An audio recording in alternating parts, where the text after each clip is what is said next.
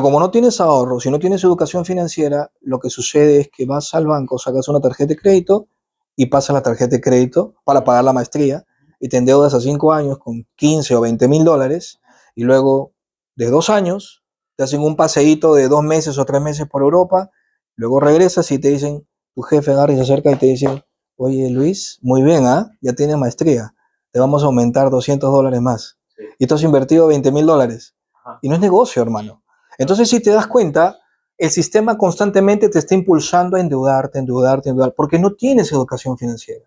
Claro, y ahí caemos en una pregunta que te iba a hacer un poco más adelante, es en la deuda buena y la deuda mala. Correcto. ¿No? La gente te tiene miedo a la deuda. A la deuda en sí. A la deuda en sí le tiene miedo. Sí. Y lo cierto es que nadie crece sin deuda. Sí. O es muy difícil, mejor dicho, crecer sin deuda. Con tu patrimonio, no montar una super empresa. Crecer es muy difícil. Sí. Las empresas más grandes del mundo, Amazon, Google, deben cantidad de millones alucinantes a los bancos, ¿no?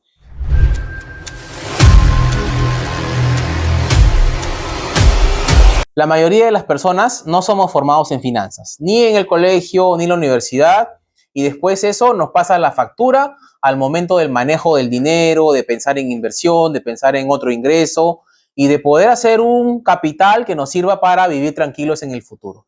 Por eso, para hablar de finanzas personales, hemos invitado a Jorge Loza, inversionista, el líder de una inmobiliaria muy famosa y muy conocida, para que nos pueda dar sus tips y nos pueda vaciar su experiencia en el programa y aprender a manejar el dinero, aprender a tener mejores finanzas personales de cara al futuro y perderle miedo al manejo del dinero. Así que hoy día en Doctor Prevención hablamos de finanzas personales como estrategia preventiva para tu futuro con el gran Jorge Loza.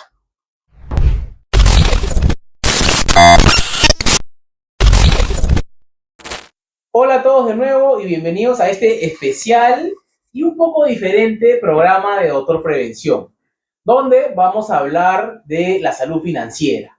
La salud se ve muchas veces mermada porque no llevamos un adecuado control financiero, una adecuada salud financiera. ¿En qué termina? Termina en problemas de salud mental, ansiedad, depresión, problemas de estrés, afecta el futuro de tus hijos, te enferma en realidad, te enferma. Así que por eso, para hablar de eso y un poquito más, hemos invitado al gran Jorge Loza, que lo venimos persiguiendo hace un tiempo a Jorge, ¿no? Él es lidera una empresa Ciudápolis, él es el fundador y lidera la empresa Ciudápolis, pero además tiene mucho conocimiento, porque de profesión es contador, en temas de finanzas personales. Así que, bienvenido Jorge, gracias por estar en el programa de Doctor Prevención. No, gracias a toda tu audiencia, gracias a ti por la invitación. Bueno, vamos a procurar el día de hoy poder aportar a toda esta comunidad que te sigue y te felicito porque desde el ángulo de tu profesión médica, pues estás también tratando de aportar contenido para no solamente tu segmento de audiencia, sino para todo el segmento que de alguna forma se puede ver beneficiado con estas aristas que le das al contenido y sobre todo lo importante es de que el propósito que tiene lo que haces es lo que de alguna forma siempre genera ese valor agregado. Correcto. Así que pues aquí estamos para servir a la gente. Gracias Jorge por esas palabras iniciales. Estamos hace un tiempo queríamos desarrollar esa línea porque, bueno, no somos formados en finanzas, ¿no? Y termina siendo un dolor de cabeza para las personas, ¿no? Ujú. Los médicos menos, ¿no? Tú de contador tienes formación, pero los médicos, imagino, no recibimos un curso de finanzas en la universidad. Sí. Por eso muchos médicos a veces fracasan en poner sus negocios, no saben cómo, no saben por dónde empezar, y le pasa a mucha gente. Entonces, ¿estás de acuerdo conmigo que después unas malas finanzas llevan en mala salud al final? Mira, en mi experiencia creo que hay algunas rutas que todas las personas tienen que seguir respecto a cómo controlar sus gastos, que es el primer frente básico de la educación financiera. Si bien es cierto, yo me he formado primero como docente y luego me he formado como contador por digamos, la experiencia que el mundo y el mercado profesional exigía en ese momento en la etapa donde yo estaba en el mundo corporativo, porque ahora ya no lo estoy. Sí he visto, por ejemplo, casos en donde te puedo decir que el común denominador de las personas está constantemente solo centrando su atención en cómo reducir gastos. Incluso hay mucha gente en redes sociales, incluso hay mucha gente que hace talleres, capacitaciones, entrena personas solo centrándose en los gastos. Y es ahí cuando la educación financiera cobra una gran relevancia. ¿Qué te dice la educación financiera? Que no te centres solo en los gastos, reducir gastos, sino que te centres en generar ingresos, que es diferente. Entonces, si tú tienes un adecuado control, por ejemplo, algo tan sencillo que yo aprendí eh, hace un poco más de 20 años atrás, que tan básico es llevar una lista de ingresos, una lista de ingresos, y no gastar más de lo que ganas, es algo que siempre nos dicen, pero el 90% de la gente en el planeta no lo hace. Y eso es porque hay una falta de información. Y cuando tú tienes falta de información y adicionalmente tienes una influencia de sistemas que te empujan a solamente pensar en el consumir productos que no necesitas y que desde el marketing mal aplicado, sin que tú te des cuenta, inconscientemente te impulsan a comprar cosas que no requieres y encima tienes una carencia de patrones que tienen que ver con lo que tú también manejas, que es la parte emocional, psicológica como médico y científico. Entonces nos encontramos con varios frentes en donde la gente no está sabiendo cómo reaccionar al mundo tan voraz y a ese ritmo convulsionado que estamos acostumbrados a ver en las empresas. Las empresas, por lo general, esa pirámide de jerarquía viene desde un CEO, un CEO o un VP, un gerente, un jefe, un supervisor, un analista, analista senior, junior, viene un consultor y abajo de la cadena viene la gente de mandos bajos, mandos medios y digamos la dirección. Pero constantemente, si te das cuenta en las empresas, cómo impulsan el crecimiento de la gente. Cuando se abre una vacante para ascender a alguien, solo sube uno. Y todo el mundo es competitivo porque está tratando de ascender y ganar más dinero. Pero el sistema, como lo conocemos, no está ayudando en esa parte de las finanzas. ¿Por qué? Porque la gente solo está enfocado en cumplir una labor, una responsabilidad, cumplir sus 48 horas, que en la práctica no se cumplen, son más semanales, pero lamentablemente el proceso laboral de las empresas está empujando a que tengas un techo que ganar dinero. El día tiene 24 horas, de las cuales tú mínimo tienes que dormir 8. 8 trabajas y 8 las dedicas para tus quehaceres, para tus estudios, para pasar con la familia y qué sé yo, el transporte y etcétera. Pero por más que tú quieras trabajar en la empresa en la que estás, si tú pongamos, tienes un sueldo de 1.000 soles, un número, si te quedas 10, 12, 14, 16, la empresa no te va a pagar más, ¿correcto? O sea, y si te paga más, te paga un porcentaje muy mínimo que no te deja despegar. Entonces, ese es el principal factor de cómo el sistema te condiciona para que estés en un limbo, en un bucle de estrés constantemente persiguiendo el dinero. Y es ahí donde quiero ser enfático. Cuando la gente persigue el dinero es donde pierde el juego. Lo que tenemos que hacer es no perseguir el dinero. Lo que tenemos que hacer es encontrar un sistema que es el que te impulse la fabricación de dinero. Y es ahí donde tú generas esa disrupción, ese valor diferencial en la gente que tiene riqueza y la que no tiene. Claro, que el dinero sea un medio, ¿no? Y no sea un fin, ¿Sí? ¿no? Pero no somos formados en eso.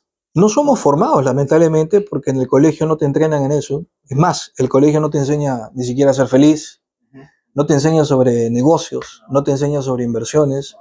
Y cuando quieres verlo en la universidad, sobre todo en las estatales, o sea, Perú tiene universidades buenas, pero lamentablemente hay una gran incoherencia, y yo siendo docente lo tengo que decir. Hay mucha incoherencia en el sistema corporativo, ¿de qué sentido? Y en las universidades. Porque la gente que te enseña negocios, la gente que te enseña inversión, la gente que te enseña sobre riqueza, no la tienen. Son formados teóricamente. Y ese es el gran problema. O sea, yo hago una analogía siempre, ¿no? Estás en una clase de negocios, el profesor te dice cómo hacer tu empresa, te dice cómo hacer activos, cómo fabricar ingresos, y te da el paso, la estructura A, B, C y D, de cómo lo formaron a él. Pero el gran problema es que sales del aula, tú sales con él, el profesor se sube por una puerta de un bus y tú te subes por la otra. Y luego se miran. Se supone que el que te está enseñando cómo hacer empresa debería tener riqueza, porque para eso es una persona, es un mentor, es una persona que te enseña sobre riqueza y finanzas personales. Pero encontramos en esa incoherencia ya una brecha muy difícil de poder superar. Y no quiero ni siquiera decirte cómo está el sistema educativo, ¿no? Porque obviamente tenemos una concepción de que el gobierno y los países de Latinoamérica, no voy a decir todos los colegios, pero el sistema educativo te prepara para el futuro, pero con educación de hace 70 años. Y ahí hay una gran incoherencia también. Entonces, lo que creo yo que debería hacer la gente, si es que no tiene esas herramientas, no está equipado para poder desarrollarse financieramente, es complementar la información como lo hice yo. O sea, yo hice la tarea, me di cuenta que en algún momento que no estaba logrando esos objetivos a la velocidad que yo quería, y por ahí, por esas causas del destino, encontré los mejores mentores que pude, que fueron los libros. Ahorita ya tienes redes sociales, tienes YouTube, tienes plataformas digitales, podcasts y una serie de cosas. Pero cuando yo estaba en mi época, los libros eran los principales mentores. Y entonces, ¿yo qué hacía? Una recomendación, si es que lo puedes hacer, porque no sé si todos los trabajos lo puedan hacer. Yo, por ejemplo, cuando me comprometo con mi progreso personal, ¿qué es el primer paso que tú tienes que hacer? Si tú ves que por aquí tienes años en el sistema corporativo y no logras tus resultados, entonces hay algo que no tienes, o no tienes información o estás haciendo las cosas de otra manera. Entonces, cuando yo me di cuenta que me estaba haciendo grande y no lograba mis objetivos, lo primero que hice fue encontrar en los libros los mentores. Pero adicionalmente a eso, tomé una frase de uno de mis mentores, que fue Robert Kiyosaki, al inicio, y él decía: si tú quieres realmente ser libre financieramente, lo que tienes que hacer es trabajar de 9 a 6 y de 6 a 10 construir tu imperio. Y yo no entendía muy bien qué era ese término, pero luego cuando lo empecé a practicar y dije, ya he estado por acá 18 años en el mundo corporativo, ahora vamos a probar por aquí, lo que hacía era, llegaba a mi trabajo, me ponía los audífonos, saludaba, ¿cómo estás? Y como yo estaba detrás de una computadora metiendo números todo el día, cumplía con mis actividades, pero yo le estaba metiendo al subconsciente, que es el que maneja el 95% de las decisiones conscientes. O sea, del 100% el subconsciente maneja el 95% y solo el 5% lo haces con el cerebro consciente. Entonces, ¿a dónde tienes que atacar? Al subconsciente. Entonces, yo sabía que si había estado 20 o 25 años con la educación y el sistema que me había formado como, ¿por qué no decirlo?, una persona que se conformaba solo con lo que ganaba, entonces mínimo merecía un tiempo para poder sacar toda esa información y meter información nueva. Es así como yo llegaba, saludaba y estaba trabajando y escuchaba podcast, libros, audiolibros, todos los días, todos los días, todos los días. Me la pasé así muchos meses, leyendo en la noche, estudiando la vida de éxito de los empresarios más importantes de mi época, y es ahí donde yo descifro cuál era el camino que yo tenía que seguir. Ese camino era simplemente entender algo muy importante, que era que me di cuenta que yo estaba teniendo hábitos que no me permitían dar ese siguiente paso. Y esos hábitos eran muy importantes en mi vida porque yo pensé que estaba haciendo las cosas bien. O sea, yo tenía una carrera profesional brillante. ¿Qué edad tenías? Yo tenía 25 para 26, 27 años por ahí, y empecé a darme cuenta de que había gente que estaba haciendo cosas diferentes. Entonces empecé a modular, por ejemplo, el ejercicio, empecé a incorporar en mi vida mejor alimentación, empecé a incorporar en mi vida círculo de influencia con quienes me reunía, empecé a asistir a talleres, capacitaciones, empecé a invertir a mí, poquito, pero invertía ya en mí. Me compraba libros, me compraba un taller, iba a la capacitación de una persona, viajaba al extranjero, empecé, ni siquiera tenía pasaporte, o sea, para que te hagas una idea, no tenía pasaporte. Estaba en proceso, estaba empezando a leer a Kiyosaki. Me encuentro en el piso 7 de uno de los edificios que administra la empresa Pride Service, empresa dedicada justamente a administrar edificios y condominios, y otro gran auspiciador del podcast de Doctor Prevención. Gracias a ellos también llega a ti este programa. Estaba empezando a hacer mis primeras operaciones inmobiliarias como persona natural, y luego vino John, luego vino Tony Robbins, y entonces ahí agarré el despegue. ¿Pero por qué?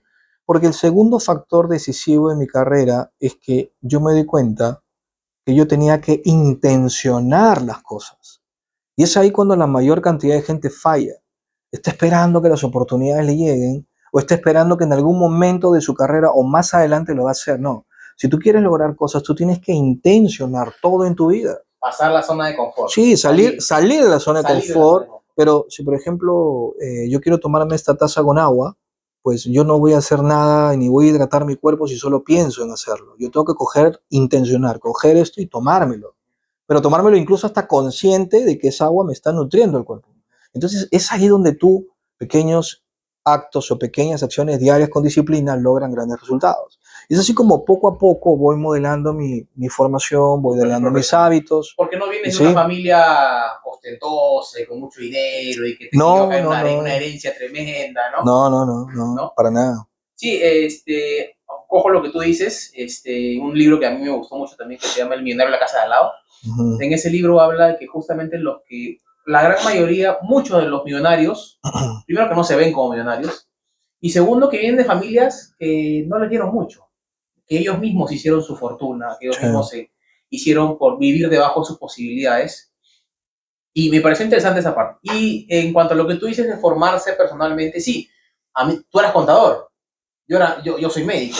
Y yo cuando empecé un poco este camino del emprendimiento, no sabía nada de finanzas, ¿no? Me fui un poquito haciendo al golpe, pero sí me di cuenta que necesitaba leer, que necesitaba informarme, que necesitaba documentarme porque habían cosas que no entendía y que si quieres crecer tenías que ver por ese lado. Ahora, ¿qué errores cometía Jorge Loza en esa época cuando no sabías de finanzas personales? El primer gran error que no lo recomiendo que hagas es ahorrarte $200 y no contratar un asesor legal o no contratar un contador o no contratar un financista si es que estás arrancando un negocio importante para ti. Lo que pasa es que el emprendedor por naturaleza es todista, ¿no? Y como tenemos el chip de escasez de que hay que ahorrar todo lo que podamos y no reinvertir o invertir, entonces lo primero que el emprendedor hace, oye, yo mismo hago mi contrato, yo mismo elaboro las cláusulas, me ahorro aquí esto, y entonces esas cosas al final te pasan la factura. ¿Y en tu vida personal?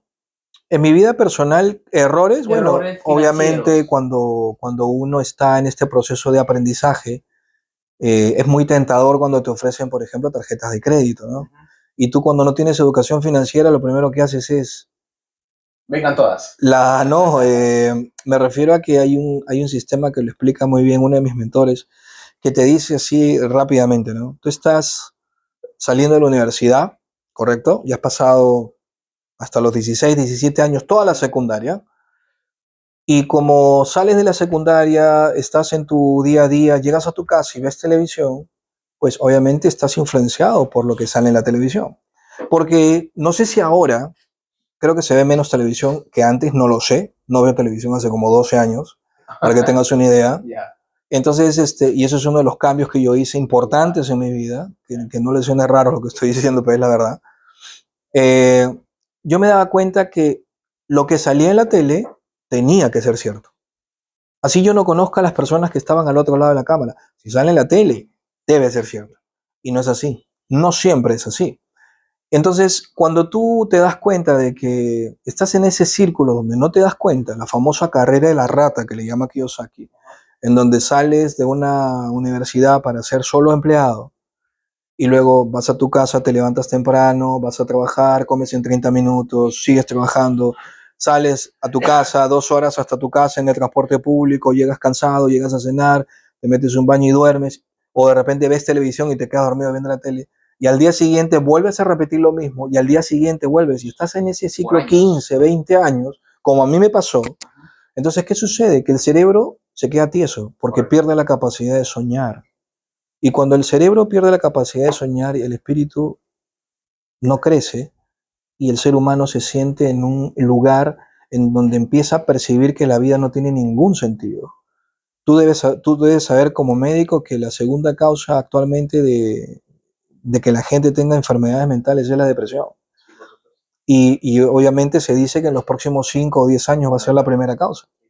Entonces, lo que tenemos que hacer es justamente desde el emprendimiento también reforzar cómo cubres ese vacío, esa necesidad de no sentir que la vida realmente es para sufrirla y que tienes que cargar todo el tiempo esa mochila pesada con piedras y que me tocó esto y porque me tocó esto tengo que seguir viviendo así hasta que tenga 70, 80 años para luego empezar con los ahorros de 70 años empezar a viajar por el mundo, y realmente no es así. Realmente dicho, no es así. Ese dicho, Jorge, de que algo debe estar mal, ¿no? Colegio, universidad, trabajas 40 años y recién cuando tienes 60, 65 años comienzas a disfrutar la vida. Sí, pero eso en mi experiencia no ha sucedido, y te podría decir que ya no es la ruta que un joven actual que está insertándose en el mundo profesional debería seguir necesariamente. Si la hace, excelente.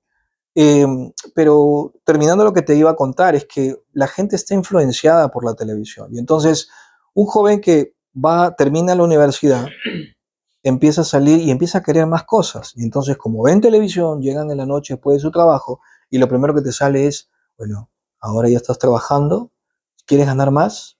Maestría. Y te sale una universidad. Y tú dices, oye, la única forma de ganar más es endeudándome para una maestría. Pero como no tienes ahorro, si no tienes educación financiera, lo que sucede es que vas al banco, sacas una tarjeta de crédito y pasas la tarjeta de crédito para pagar la maestría y te endeudas a 5 años con 15 o 20 mil dólares y luego de 2 años te hacen un paseíto de 2 meses o 3 meses por Europa, luego regresas y te dicen, tu jefe agarra y se acerca y te dice, oye Luis, muy bien, ¿ah? Ya tienes maestría, te vamos a aumentar 200 dólares más. Sí. Y tú has invertido 20 mil dólares. Y no es negocio, hermano. Entonces, si te das cuenta, el sistema constantemente te está impulsando a endeudarte, endeudarte, endeudarte, porque no tienes educación financiera. Pero luego, como tienes la maestría y ya ganas un poquito más y te sientes seguro en el mercado laboral porque no tienes menos de 30 años, pues estás creciendo, entonces, ¿qué ocurre? Llegas a tu casa en la noche y ves televisión. Y en la televisión ahora te sale, compra tu auto del año, crédito vehicular, tal banco. Y tú dices, yo me merezco ese auto, porque he trabajado muchos años y me lo merezco. Pero como no tienes educación financiera, vas y sacas un crédito vehicular, firmas un pagaré por 5 años, el banco te lo da, pero te termina cobrando el doble de lo que vale en el auto en 5 años, porque pagas intereses. Pero tú lo primero que haces por escasez, sacas el carro de la tienda de autos y te das cuenta de que ese auto, desde que tú lo sacas de la tienda, ya vale menos. Porque se genera contablemente algo que se llama la depresión, la depreciación. Y la depreciación va mermando, digamos, el monto del activo. Entonces ese auto cada año vale menos, cada año vale menos, pero tú sigues endeudado. Correcto. Y luego, como sigues ya ahora en el trabajo y te ascendieron un poquito más, pero sigues viendo televisión, ahora te sale en la televisión en la noche, compra tu casa de tus sueños, crédito hipotecario y tal banco. Y tú dices, yo me merezco tener un departamento porque no puedo seguir viviendo con mis padres. Y como ya tienes flaca o tienes flaco, la flaco o el flaco te dicen, ¿por qué no nos vamos a vivir juntos? Claro. Y como no tienes educación financiera, ¿sabes qué haces? Le dices, perfecto, nos vamos a mudar juntos, queremos formar una familia, se casan, o si no se casan, se van a vivir juntos y los dos firman el crédito hipotecario a 25 años. Y tú terminas pagando el doble de lo que te cuesta el departamento en 25 años. Pero lo que no te das cuenta es que esos primeros 5 años que tú pagas intereses van al interés y no amortizas el capital. O sea, no bajas absolutamente nada de la deuda. Los primeros 5 años el banco trabaja así, te lo digo porque yo he trabajado ahí. Es full interés, interés, interés, interés, interés, full interés.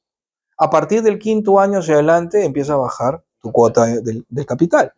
Pero si te das cuenta, si tú ganas, por decir, 2.000 soles y tu esposa, tu esposo, tu novio, tu novia gana otros 2.000 soles y califican para un crédito hipotecario, ya tienes la deuda de la maestría, ya claro, tienes la deuda del carro y ahora tienes la deuda del auto. Ya no tienes 4.000 mensual, tienes la mitad, claro, porque el crédito hipotecario te agarra el 30 o el 40%. Y yo te digo tú, y la gente no se da cuenta de esto, si tú ganas 4.000, tienes un estilo de vida, si ganas la mitad, ¿qué estilo de vida vas a tener? Merma tu calidad de vida, porque ya no vas a poder seguir estudiando, porque vas a tener que pagarte la ropa que puedas, porque vas a tener que comer lo que puedas, y si tienes hijos vas a tener que darle una escuela como puedas, porque ya no te alcanza el dinero. Pero como sigues viendo televisión, y sigues viendo televisión en la noche, ¿no es cierto? Y ahora, ¿qué toca? Los viajes. Los viajes, la televisión plasma para el mundial, claro, y tú sigues pasando la tarjeta y pasando la tarjeta.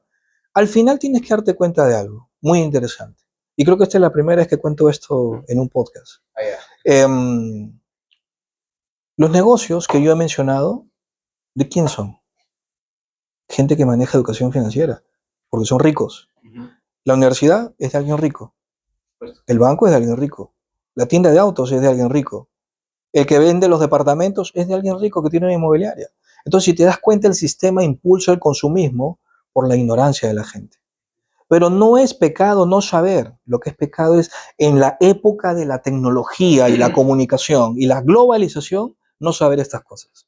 Y si no las sabes, busca a alguien que te mentoree, busca a alguien que te dé esa información, gente que hace esta información gratis como tú, como yo. O sea, ya no hay excusas ya no para hay no tener excusa, esa así es. información. Que no está mal comprarse un carro, ¿no? No está mal comprarse un carro, No, comprarse pero un desde la departamento. educación financiera hay fórmulas para hacerlo Por sin supuesto, endeudarte. O por sea, supuesto. eso es Pero, súper chévere.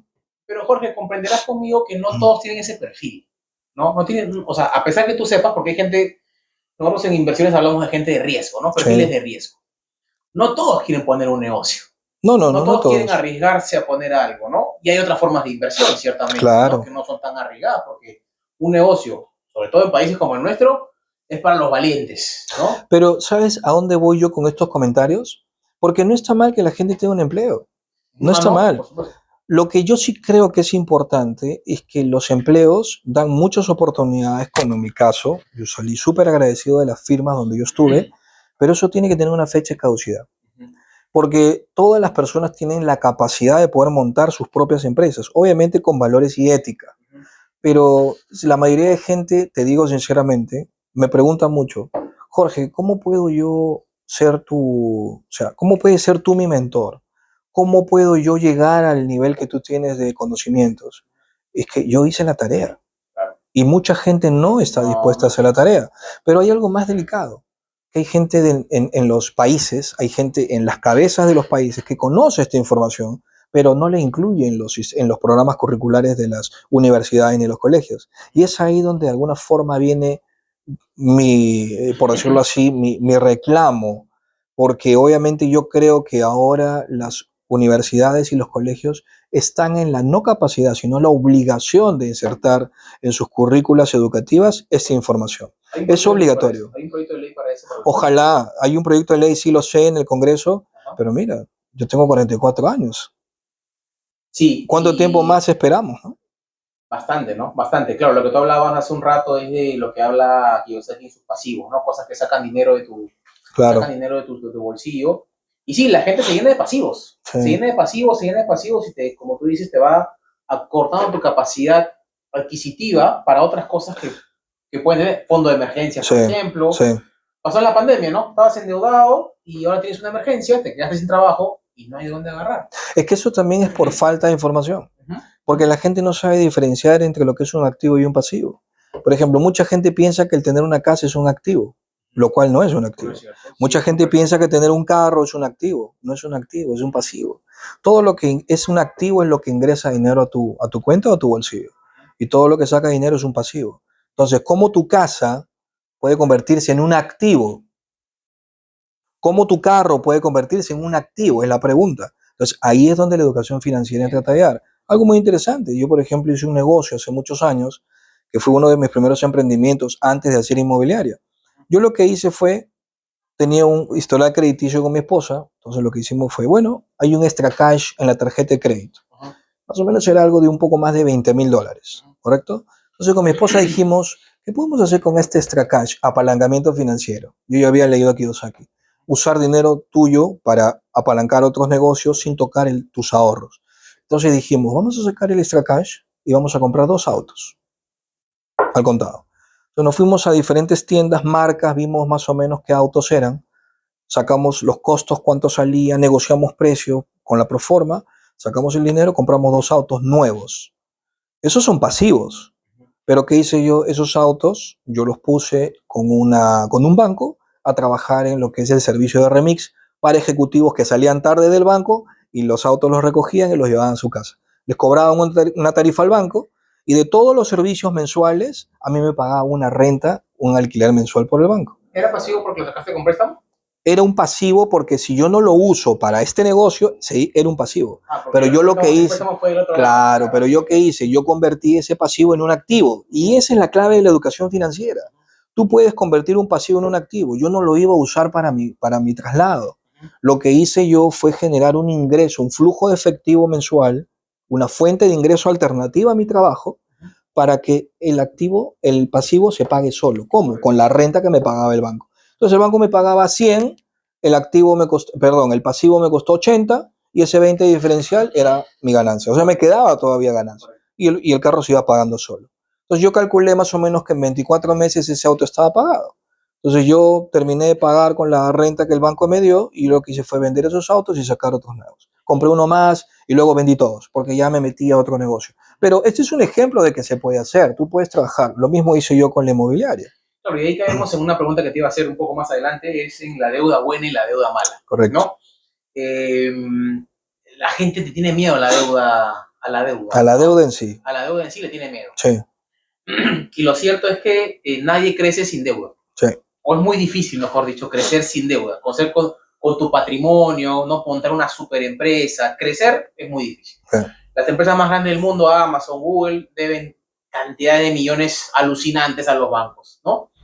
Otra forma de hacer prevención es trabajando desde las empresas, desde la salud ocupacional, que es justamente lo que hace Pradeveni, otro gran auspiciador del programa de Doctor Prevención.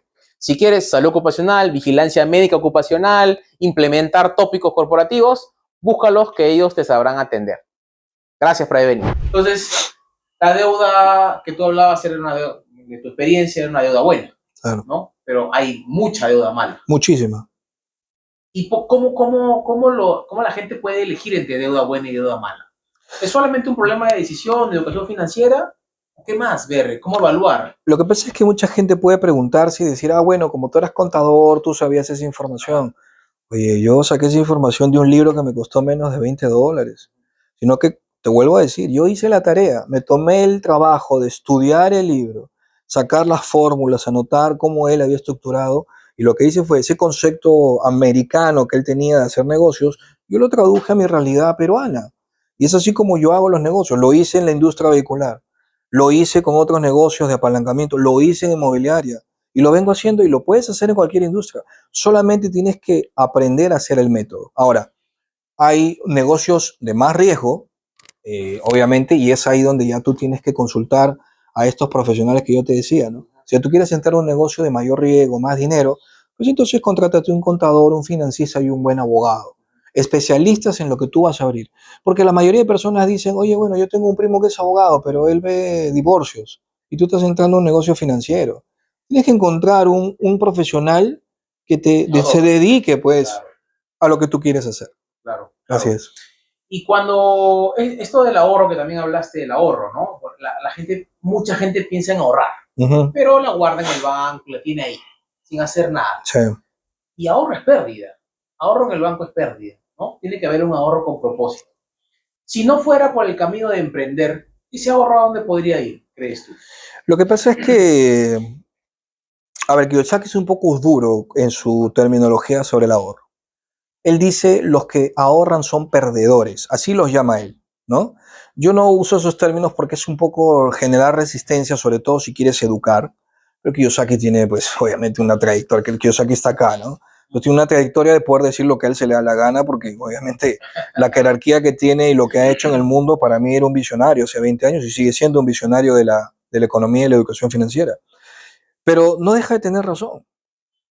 Y si lo llevamos a números, nos vamos a dar cuenta.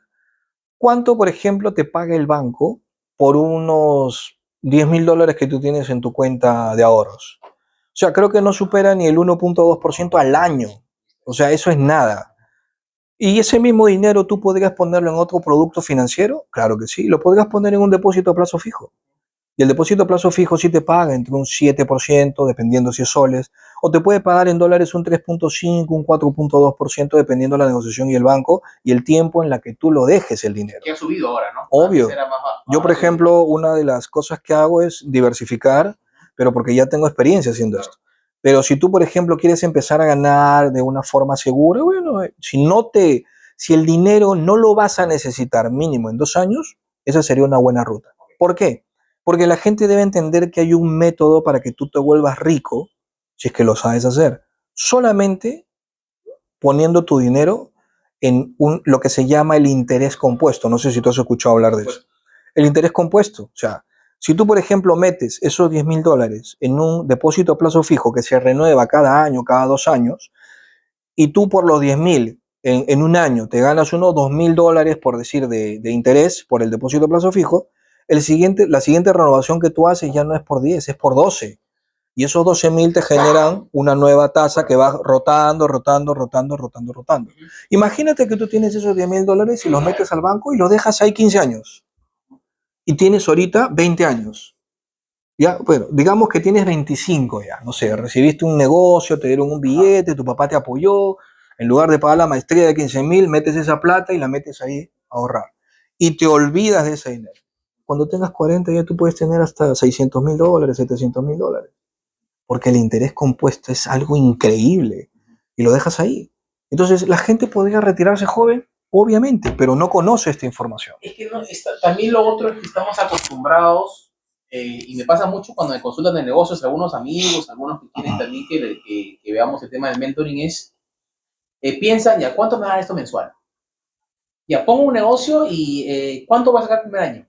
Yo le digo, pero uno no puede poner un negocio si quieres crecer pensando en cuánto te va a dar reflujo de caja todos los meses. Porque uno no pone un negocio para eso. Claro. Y creo que la ganancia rápida es lo que a veces también te pasa te juega una mala pasada, ¿no? Como tú dices, si uno quiere crecer, toma tiempo. Toma un tiempo, ¿no? Toma un tiempo.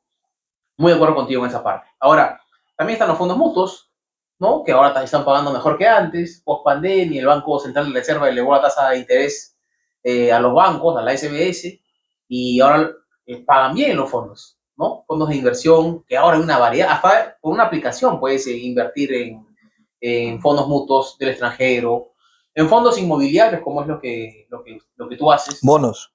En bonos inmobiliarios, ¿no? Los FIRBIs, ¿no? Bonos del Estado o...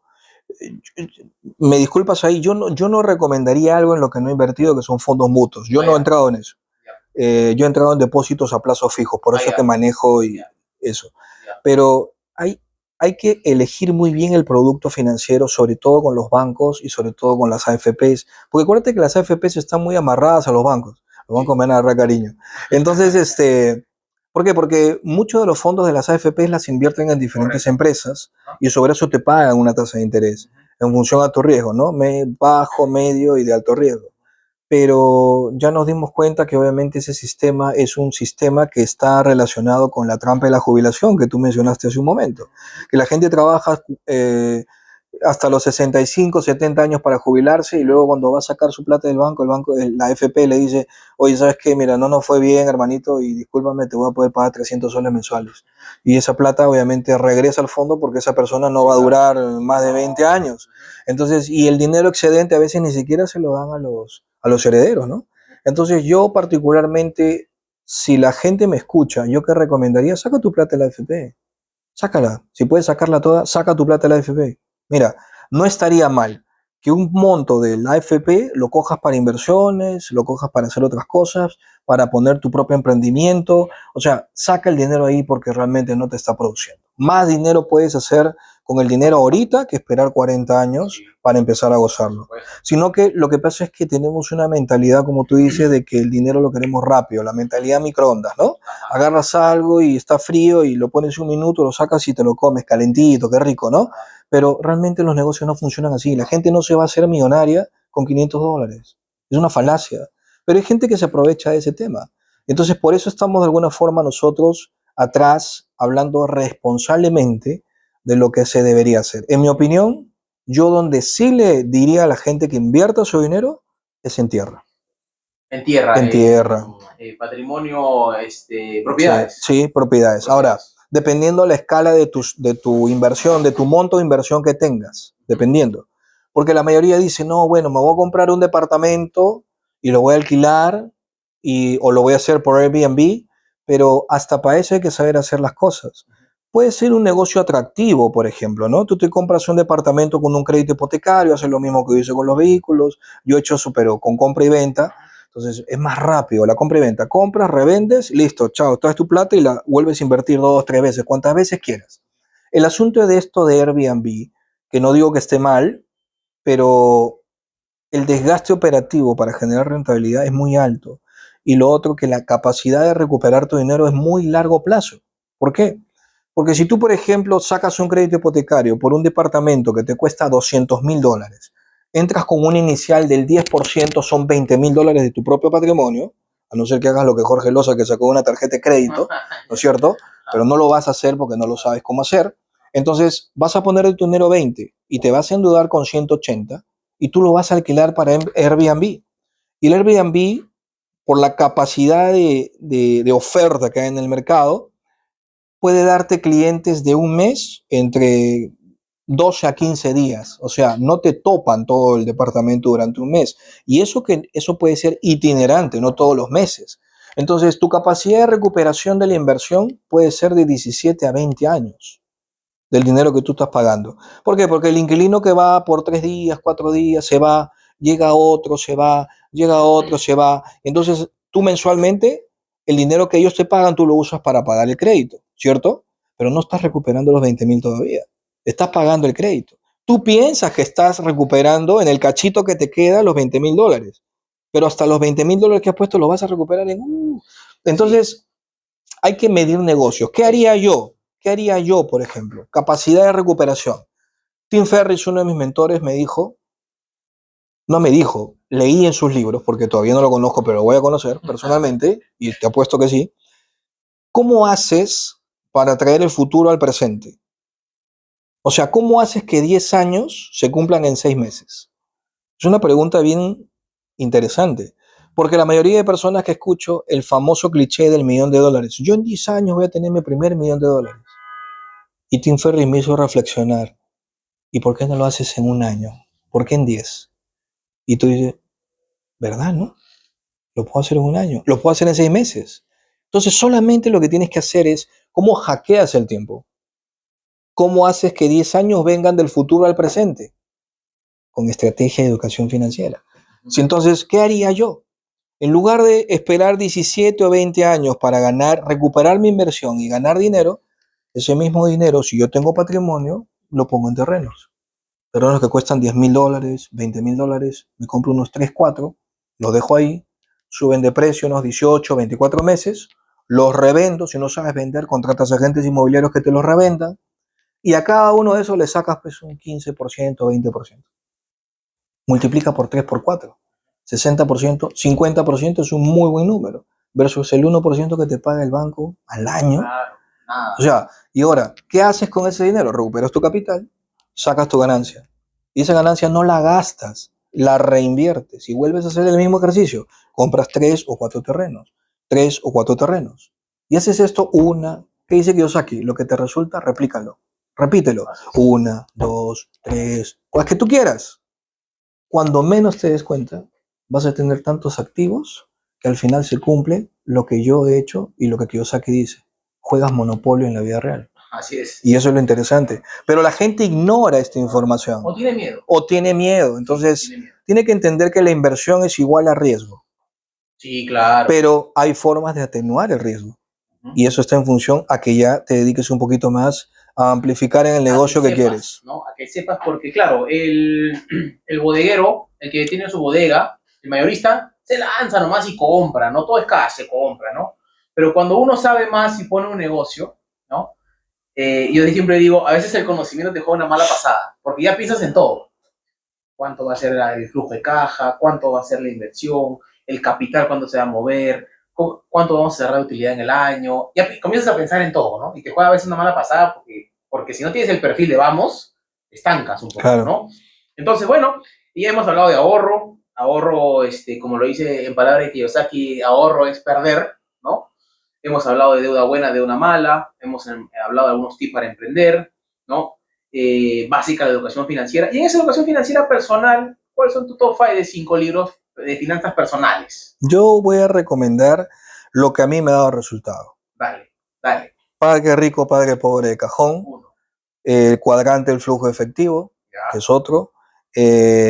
Niño rico, niño listo, que está dirigido más para jóvenes. Hay uno que se llama El toque de Rey Midas, creo que es, de Kiyosaki. Y uno que no tiene que ver netamente con finanzas personales, pero está amarrado a la riqueza, que son Los secretos de la mente millonaria. Los secretos de la mente Sí, sí, sí, millonaria. Buena sí. esa. Ahora ahí le puedes meter ya Piense y hágase De rico, Nicolás de de Napoleón Hill. Napoleón Hill, ya El hombre más rico de El hombre Babilonia. más rico de Babilonia, El efecto compuesto, ¿no? De Darren Hardy, Ok. de Daniel Goleman, Focus, Ok. que es enfoque, ¿no? Ajá. Bueno, hay varios libros ahí que... O sea, ya con esos 7 libros tienes Sí. tarea para la casa. Que también hay muchos en audiolibros. Sí, claro, ahora es Que muy sencillo, ¿no? tranquilamente lo Encontrar puedes leer en el información. micro, lo puedes leer en tu... Sí, Lo pongo cuando voy manejando, lo pongo ahí, lo escucho todo el camino, ¿no? Y lo sí. vuelvo a escuchar, y lo vuelvo a Ahora, escuchar. un libro que hace poco acabo de leer, que acabo de terminar, que es el de James Clear, que tú mencionaste, el de Hábitos Atómicos, es muy bueno, muy bueno. Está en mi Hay top 5. muchísima gente que me lo recomendó. Yo la verdad estaba en un proceso de leer otras cosas porque salí del Wake Up, como sabes, del Wake Up Conference, estaba en full liderazgo, Ajá. en full emprendimiento. Sí, con John Maxwell, ¿no? Sí, claro. Y luego leí el libro y me pareció espectacular, ¿no? Es un libro mucha disciplina, Del cerebro, habla desde la ciencia, estudios, ¿no? Entonces, y obviamente espiritualidad para la vida y los negocios de Jorge Loza, que Ajá, obviamente ya, es está un libro bien, que está de bien. todas Bueno, maneras tiene que de estar todas ahí. maneras, de todas Ah, maneras. Qué bueno que existan estrategias y que las podamos transmitir en el podcast y que pueda la gente pues perder el miedo al dinero, ¿no? claro. Perder el miedo al dinero y esta vida, repito, uno no puede trabajar 40 años y llegar a los 60 años a recién disfrutar la vida y a veces ni te alcanza para disfrutar.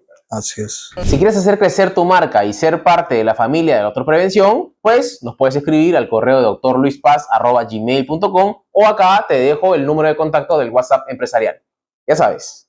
Pero pasa por romper la zona de control, de confort, salir de la zona de confort. Pasa por arriesgarse. Pasa por arriesgarse. Y el que no arriesga no gana. No todos los millonarios del mundo en algún momento arriesgaron. ¿No? Arriesgaron algo. Puedes tener un perfil bajo, puedes tener un perfil moderado o un perfil alto. Hay estrategias de inversión, como tú me dices, renta fija, interés compuesto. Yo he manejado fondos mutuos, me ha ido bien, pero tienes que estudiar bien los fondos mutuos.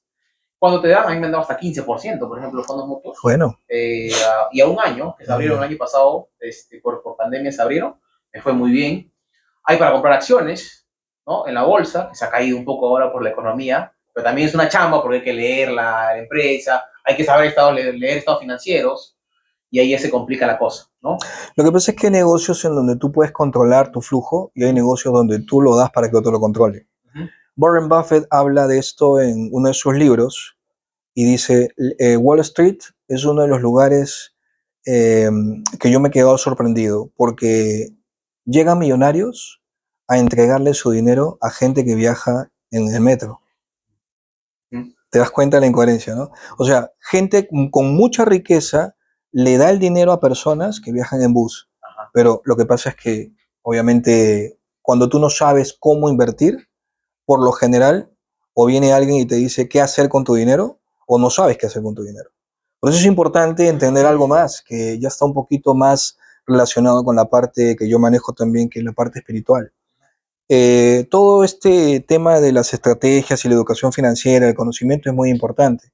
Pero si tú no manejas y no entiendes que el dinero es una energía, el dinero es una energía, tú de repente no te das cuenta, pero inconscientemente desde el pensamiento, de ese miedo que tú me indicas que la gente tiene, estás proyectando una resistencia a que esa energía no llegue a ti.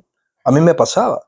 Por ejemplo, yo tengo una formación espiritual desde muy pequeño, pero resulta que yo pensaba hace muchos años atrás que para ser espiritual el dinero me alejaba de mi creador. Y yo era muy espiritual, muy servicial, ayudaba a mucha gente, pero no tenía un medio en el bolsillo, porque era muy espiritual.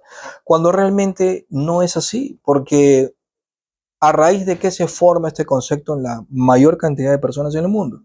Un término muy importante que lo explica que cuando las personas en Estados Unidos hace muchos años empezaron a poblar el país, llegaron líderes a este país, y cuando Gutenberg descubre la imprenta, lo que le piden a Gutenberg es que se asegure que el libro más importante de la época, que fue la Biblia, lleve impreso en uno de sus párrafos que Dios se alegra que el hombre sea rico y abundante. Y eso imprimieron en la Biblia que Estados Unidos dispersó en todas sus ciudades. Entonces la gente dijo, oye, si Dios se alegra de que yo sea rico y abundante, vamos a ser un país increíble. Pero la Biblia que llega a Latinoamérica no decía eso. La Biblia que llegó a Latinoamérica decía que es más difícil que un rico entre por un camello, ¿no? Entre por el ojo de una aguja, que un rico se desprende de sus bienes. ¿Y qué te quiere decir eso? Que para pasar al reino de Dios, tú tienes que dejar el de un lado para estar cerca de Dios. Y eso no es así. Entonces, hay que reconfigurar eso, porque la diferencia entre un país más adelantado y otro no es más que mentalidad. Ahí parte todo. Gracias, Jorge, gracias. Se ha quedado corto el programa en realidad, ¿no? Ya tenemos que cerrar. Te voy a motivar, a incitar para ver si tenemos una segunda. Ojalá que tengas un tiempito ahí para tener una segunda, para hablar ya de repente un poco más de empresa, claro. ¿no? Un poco más de finanzas en la empresa, flujo efectivo de repente. Complementar lo que hemos hablado hoy día, que se ha quedado súper corto. Gracias por haber estado hoy día en el programa. No, gracias a ti por la invitación. Gracias, gracias. Va a ser, estoy seguro que han aprendido hoy día mucho de finanzas personales, mucho de ahorro, mucho de deuda buena, deuda mala, estrategias de inversión y sobre todo creo que a perder el miedo, ¿no? Y a educarse en finanzas. Porque la primera inversión que debemos hacer todos es en nosotros mismos, en nuestro conocimiento, en nuestra mente, ¿no? Mente rica, ¿no? Tu vida va a ser mejor. Entonces, bueno, te comprometo entonces, Jorge, para sí, una sí, más. Claro que sí, con todo gusto. Claro Excelente. que sí. Gracias a todos y Gracias. nos vemos en el siguiente episodio del Doctor Prevención. Antes de acabar, ¿cómo te encontramos en redes? Sí, claro, me encuentran en redes sociales como Jorge Loza Díaz, en Instagram. Estoy en Facebook como Jorge Loza Consultor, en mi canal de YouTube también como Jorge Loza, en TikTok, no bailo por si acaso, en LinkedIn. Y para los que quieran adquirir mi libro, que es parte de cómo avanzamos en la Fundación Genaris, pues pueden entrar a www.jorgelozadíaz, adquirir los libros de manera física, también en librerías en todo el país, y también en su versión digital en Amazon a través de Kindle. Así que pues por ahí me encuentran. Ahí tiene a Jorge por todos lados. Hoy estuvo acá, un hombre súper ocupado, pero se dio tiempo para compartir con ustedes todos los tips estos que les van a hacer mucho. Entonces, nos vemos en el siguiente capítulo del Doctor Prevención.